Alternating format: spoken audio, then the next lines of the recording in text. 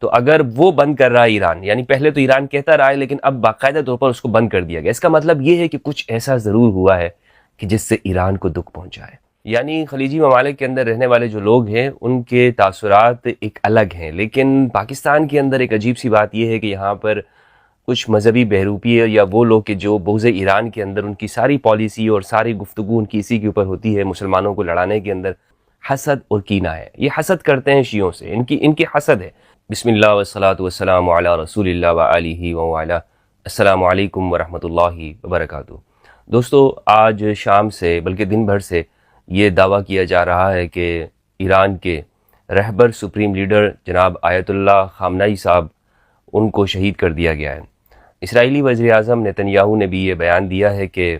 اس بات کے بڑی تعداد میں اشارے موجود ہیں کہ ان کو نشانہ بنایا گیا ہے اور وہ اس دنیا میں نہیں رہے ہیں۔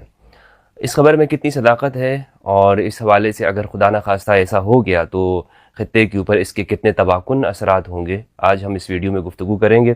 یہاں ایک اور بات بھی ہے کہ آج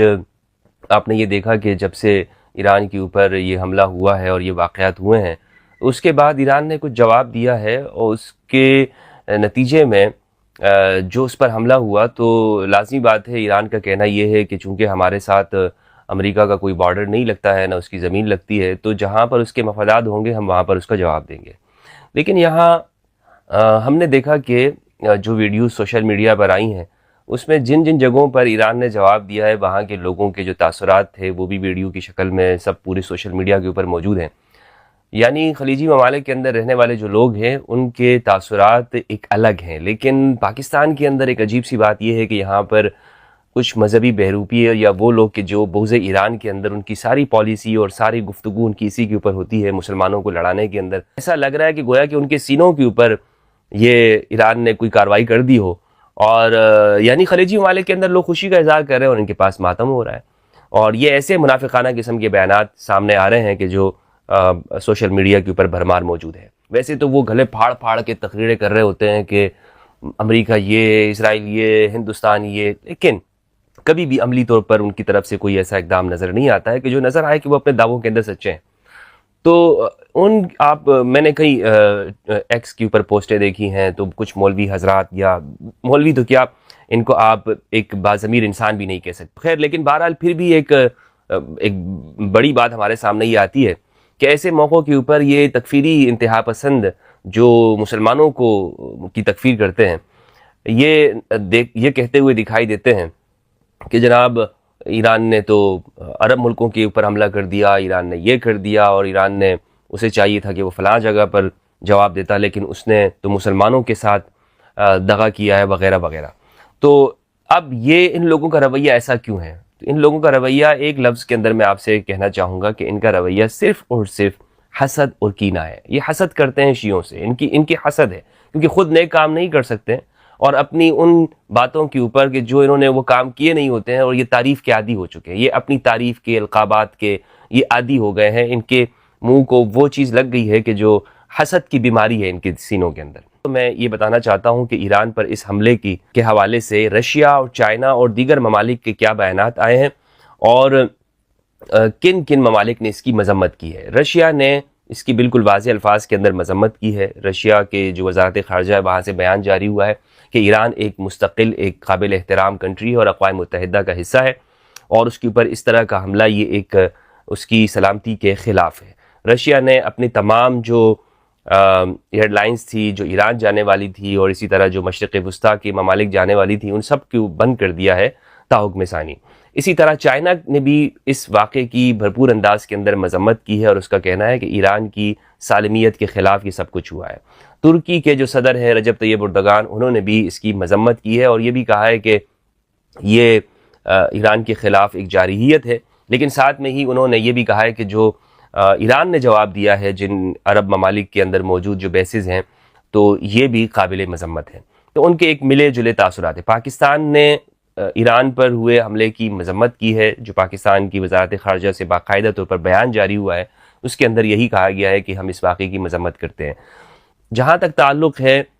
ایران کے سپریم لیڈر آیت اللہ خامنئی صاحب، تو ان کی زندگی کے حوالے سے ایرانی وزیر خارجہ عباس عراقچی کا کہنا یہ ہے کہ وہ صحیح سالم ہے، وہ محفوظ ہیں، اور ایک محفوظ مقام کے اوپر موجود ہیں. ہاں جو شہادتیں ہوئی ہیں تمام آفیشلز محفوظ ہیں، لیکن جو شہادتیں ہوئی ہیں تو اس میں ان کے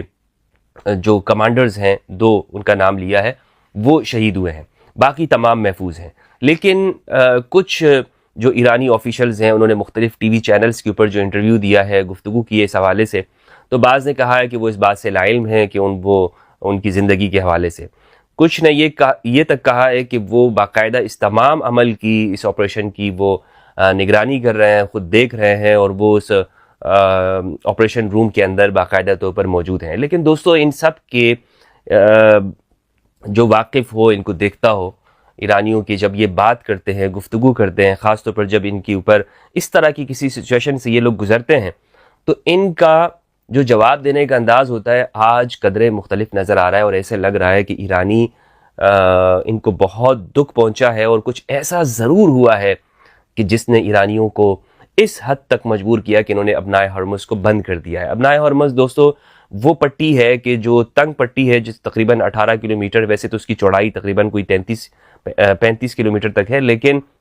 جہاں سے جہاز گزرتے ہیں اور وہ تقریباً 18 کلومیٹر کی ہے، اور بہت تنگ پٹی ہے دنیا کے اندر. اس کو بند کرنے کا مطلب یہ ہے کہ آپ نے دنیا کی 25% جو ایل پی جی ہے، 30% جو تیل ہے، خام مال ہے،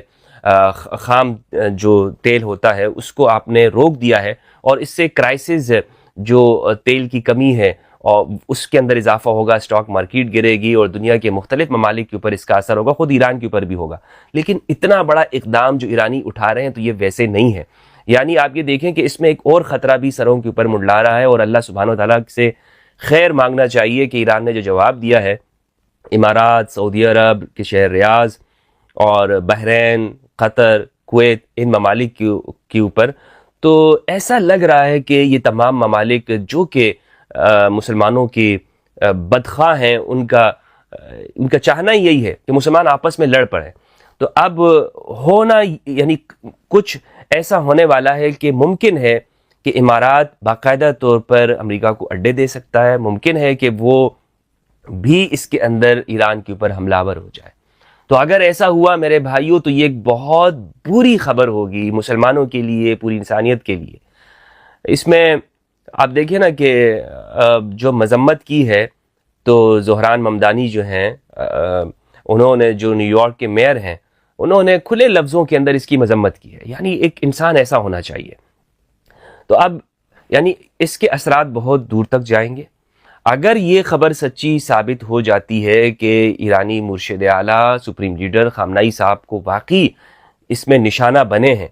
جہاں تک خبر ہے ان کے داماد اور ان کی جو داماد ہیں وہ، اور اسی طرح ان کی بہو،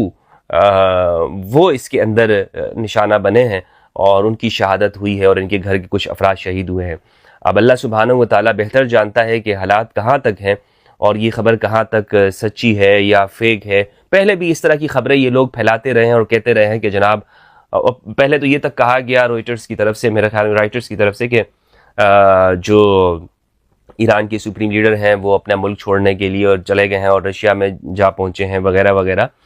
اور ابھی یہ خبر نشر کی جا رہی ہے کہ باقاعدہ ان کو نشانہ بنا دیا گیا ہے اور وہ اس کے اندر، وہ اب اس دنیا کے اندر نہیں رہے ہیں. تو یہ ایک واقعی ایک ایسی خبر ہے کہ جو افسوسناک ہے،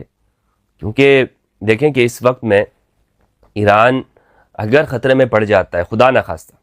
اور اس کی سالمیت خطرے میں ہو جاتی ہے، تو پاکستان کی جو صورتحال ہے، پاکستان اس وقت میں چاروں طرف سے نرغہ اغیار میں ہے، دشمنوں کے گھیرے میں ہے، خود پاکستان حالت جنگ میں ہے اس وقت میں. تو اگر ایران پر کچھ ایسی حکومت آ جاتی ہے کہ جو یہاں کے مفاد میں نہیں ہے، تو ہم غیر محفوظ ہو جائیں گے، بالکل غیر محفوظ ہو جائے گا یہ خطہ. تو اس حکومت کا صحیح سالم ہونا پاکستان کے مفاد کے اندر ہے. یہاں پاکستان اس بات کو بہت اچھی طرح سے اس بات کو جانتا ہے. اس لیے میرے خیال کے اندر پاکستان بھرپور یہ کوشش کرے گا کہ عرب ممالک اور ایران کے درمیان میں ایک سمجھوتا ہو، اور کہ کسی بھی صورت کے اندر عرب ممالک وہ ایران کے مد مقابل نہ آئے، کیونکہ اگر آ گئے تو یہ مسلمانوں کے لیے بہتر نہیں ہے. اور عرب ممالک کو بھی یہ سوچنا ہوگا کہ وہ آنے والے واقعات میں، مستقبل کے اندر، وہ اپنے آپ کو کہاں دیکھتے ہیں. کیونکہ مشرق وسطیٰ کے ایک ایک کر کے ملک وہ اربوں سے جا رہا ہے، اور ابھی یہ سارے جو کچھ ہوا ہے سیریا سے ہی ہوا ہے، اور وہاں پر جو ہے تو وہ مسلمانوں کا بالکل خیر خواہ نہیں ہے۔ تو یہ وہ بات ہے دوستو کہ جو بہت ایک پریشان کن صورتحال اس نے کھڑا کر دیا ہے، اور سوشل میڈیا کے اوپر آپ دیکھیں، اور ویسے ہی ایک تناؤ کی کیفیت ہے، چونکہ ہمارا پڑوسی ہے ایران، اور ہم اس سے متاثر ضرور ہوں گے، اس سے متاثر ضرور ہوں گے۔ تو دوستو اور اسی طرح یہاں پر کچھ تکفیری ہیں جن کے حوالے سے میں نے آپ کو بتایا کہ وہ مسلسل یہ پروپیگنڈا کرتے ہیں اور اس طرح کی گفتگو کر رہے ہیں کہ جس سے ان کی ہمدردیاں کہیں اور دکھائی دے رہی ہیں۔ تو یہ بھی ممکن ہے کہ پاکستان میں ایک طرح سے سنی شیعہ فسادات کرائے جانے کا جو ہے ان کا پورا پلان اور پروگرام ہو، تاکہ لوگوں کی جو توجہات ہیں وہ بٹیں۔ تو لہٰذا ہر حوالے سے اپنے آپ کو چوکنا اور محتاط رہنا ضروری ہے۔ میں تمام علماء کرام سے گزارش کرنا چاہتا ہوں کہ وہ اس صورتحال کے اندر جس طرح کے پہلے تمام پاکستان کی ایک آواز تھی اور وہ ایران کے ساتھ رہے، اس طرح سے ایک آواز رہنی چاہیے تاکہ مسلم یونٹی بھی برقرار رہے، سنی شیعہ ہمانگی بھی رہے، اور یہاں پر جو مقاصد ہیں جو پاکستان کے جو خیرخواہ نہیں ہیں ان کے مقاصد ہیں کہ کہیں یہاں پر ایک ایسی سچویشن کھڑی کر دی جائے کہ جس سے لوگ آپس میں لڑ پڑیں، تو یہ صورتحال پیدا نہیں ہونی چاہیے۔ اللہ سبحانہ و تعالیٰ سے دعا ہے کہ پروردگار تمام مسلم ممالک کی حفاظت فرمائے اور پروردگار ان جنگوں کا خاتمہ کرے۔ تو دوستو یہ تمام صورتحال میں نے آپ کے سامنے رکھی ہے، اور اسی صورت میں ہم دعا کر سکتے ہیں اور اپنے مسلمانوں کے لیے کہ اور یہ ہمارے لیے بھی ایک ضروری ہو جاتا ہے کہ ہماری آواز کس کے حق میں جاتی ہے۔ ہم نے اپنا بھی محاسبہ کرنا ہے کہ ہم کہیں شکستگی تو اختیار نہیں کر رہے ہیں، کہیں ہمارے موقف میں کوئی کمزوری، کوئی ایسی چیز نہ دکھائی دے کہ جس سے مسلمانوں کی جمعیت کو نقصان ہو، مسلمانوں کی وحدت کو نقصان ہو۔ السلام علیکم ورحمۃ اللہ وبرکاتہ۔